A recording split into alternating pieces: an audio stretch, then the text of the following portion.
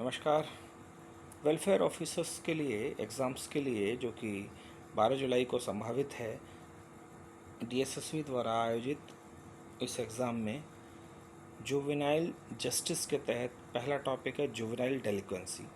देखिए जुवेनाइल डेलिक्वेंसी क्या है और इस टॉपिक से क्या क्या सवाल पूछे जा सकते हैं। एक एक कर उन सवालों की ओर आएँ।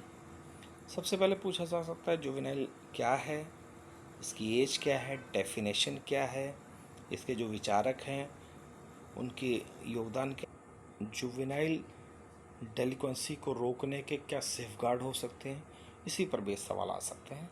ये नोट्स बड़े छोटे बनाए गए हैं क्योंकि समय थोड़ा है, सिलेबस ज़्यादा है, इसलिए कोशिश ये है कि मैक्सिमम सिलेबस को जाना जाए थोड़े शब्दों में। स्टार्ट करते हैं। आइए देखते हैं जुवेनाइल की डेफिनेशन क्या है। वो चाइल्ड जिसने सर्टेन एज नहीं प्राप्त की है, यानी कोई सर्टेन एज नहीं प्राप्त की है, यानी क्या है, कुछ एज का मानक इसलिए नहीं है, हम ये नहीं बोल सकते कि 18 साल या 16 साल, ऐसा कुछ नहीं। एज का मानक इसलिए अलग अलग है क्योंकि अलग अलग देशों में अलग अलग है, और इसलिए जुवेनाइल डेलिक्वेंसी या जुवेनाइल की एज कहीं किसी भी जगह फिक्स नहीं की गई, सबके अलग अलग नियम हैं। इसीलिए आप देखें तो हमारे आईपीसी में अलग एज है, जेजे में अलग एज है, इसी वजह से ही है। तो अगर वही अपराध जो एक एडल्ट ने किया है और वही एक जुवेनाइल ने किया, यानी एक माइनर ने किया है, तो इस प्रकार के बच्चे को जुवेनाइल बोलते हैं। अगर वही अपराध एक एडल्ट व्यक्ति ने किया होता या वही कार्य या वही एक्ट एक एडल्ट व्यक्ति ने किया होता तो उसको सज़ा हो जाती। वो माइनर है, उसे सज़ा नहीं हुई है क्योंकि वो जुवेनाइल है। यानी जुवेनाइल की डेफिनेशन ये है, कोई फिक्स डेफिनेशन नहीं है, कहने का अर्थ है। और जो सवाल ये आए क्या कोई फिक्स डेफिनेशन है, नहीं। फिर पूछा जाएगा जुवेनाइल की एज क्या है, ये भी फिक्स नहीं है। तो ध्यान में रखें, सवाल दो तरीके से आ सकता है, जुवेनाइल की एज क्या है, जुवेनाइल की डेफिनेशन क्या है, दोनों ही फिक्स नहीं है। चलिए जी, अगला है डेलिक्वेंसी।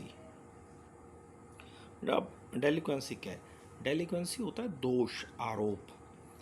मतलब इसकी भी कोई फिक्स डेफिनेशन नहीं है, बस ये जाने कि ऐसे काम जो कि सोशली अनडिज़ायरेबल हैं उसे डेलिक्वेंसी कहते हैं।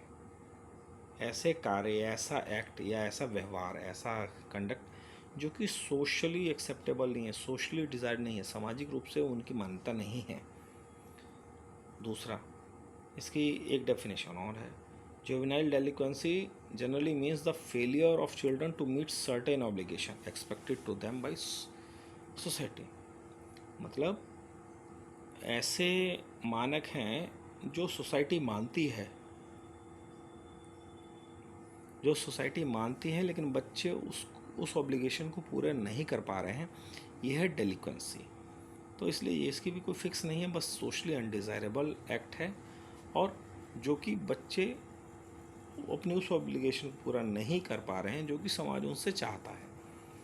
दूसरा, जुवेनाइल डेलिक्वेंट का क्या अर्थ है? जुवेनाइल डेलिक्वेंट का है a child trying to act like a grown up accused की बात हम बोल सकते हैं।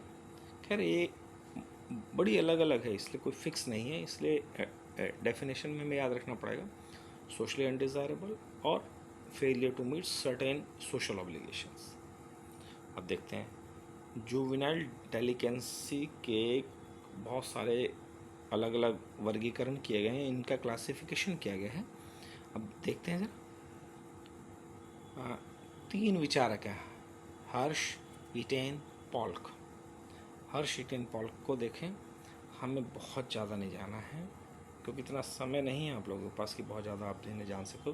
बस ये जानना, हर्ष, ईटेन, पॉल्क, ये तीन विचारक हैं और तीनों क्या क्या।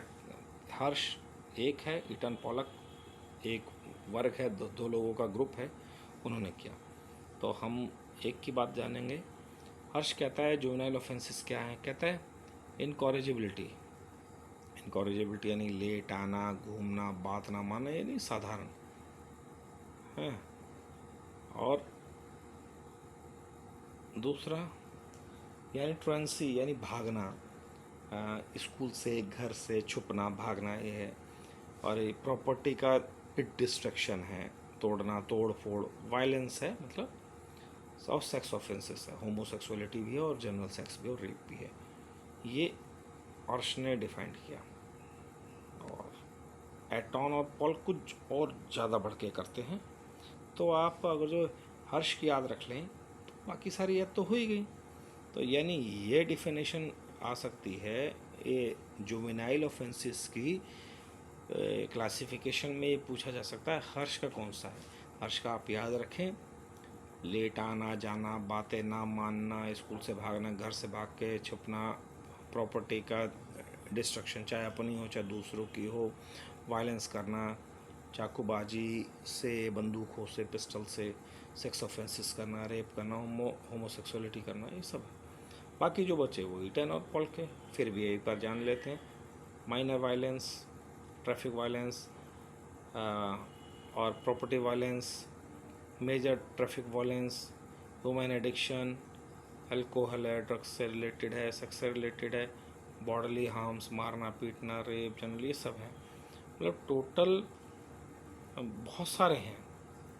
और तो इसलिए इसमें इमोशनल भी एक पार्ट है। तो एस ईटन एंड पॉल का इमोशनल भी है एक पार्ट, तो वो ध्यान रखें। तो बस एक ही ईटन पॉलक का इमोशनल, ईटन पॉलक का जो ग्रुप है ये इमोशनल की बात करता है, बस ये अलग है, थोड़ा सा इससे ध्यान रखें। ये भी एक पार्ट है, इसकी क्लासिफिकेशन में ही आता है। अब देखें, पूछता है कि जुवेनाइल डेलिक्वेंसी को कैसे प्रिवेंट किया जाए। दो तरीके हैं, एक इंडिविजुअल प्रोग्राम में, एक इन्वायरमेंटल प्रोग्राम। इंडिविजुअल क्या होता है, यानी clinical programme, educational programme, mental hygiene, parental education, recreational programme, inferiority complex को हटाना। ये क्या है ये देखते हैं। इंडिविजुअल प्रोग्राम यानी एक बच्चे को उन्होंने लक्षित किया, उसको क्लिनिक मिलेगा, यानी साइकाट्रिक्स है, सोशल बिहेवियर है, साइको एनालिसिस होगा उसका, एजुकेशनल प्रोग्राम्स होंगे, मेंटल हाइजीन यानी मन को शांत किया जाएगा, सफाई की जाएगी यानी मन को समाज के रूप बनाया जाएगा, पेरेंट की एजुकेशन को कैसे करें, रिक्रेशनल प्रोग्राम यानी संगीत का, गीत का और इसके चित्रकारी इत्यादि का हो, और उसके मन से भावनाएं हटाना, जो इन्फीरियरिटी की भावनाएं हटाना। इन्वायरमेंटल प्रोग्राम क्या है, सबके साथ मिलकर, यानी कम्युनिटी प्रोग्राम, पूरा जो कम्युनिटी में जो लोग हैं वो शामिल होकर इस चीज़ के ऊपर वर्क करें, पब्लिसिटी हो, पेरेंटल लव हो और पूरी फैमिली का माहौल हो। तो दो वे हैं, इंडिविजुअल प्रोग्राम और इन्वायरमेंटल प्रोग्राम। तो आप समझ गए होंगे कि डेलिक्वेंसी, जुवेनाइल डेलिक्वेंसी में क्या सवाल पूछे जा सकते हैं। एक आपको आइडिया भी मिल गया होगा कि सवाल कैसे कैसे पूछे जा सकते हैं। मैं अपने सवालों को एक बार फिर दोहरा रहा हूँ, एक बार ध्यान से सुने।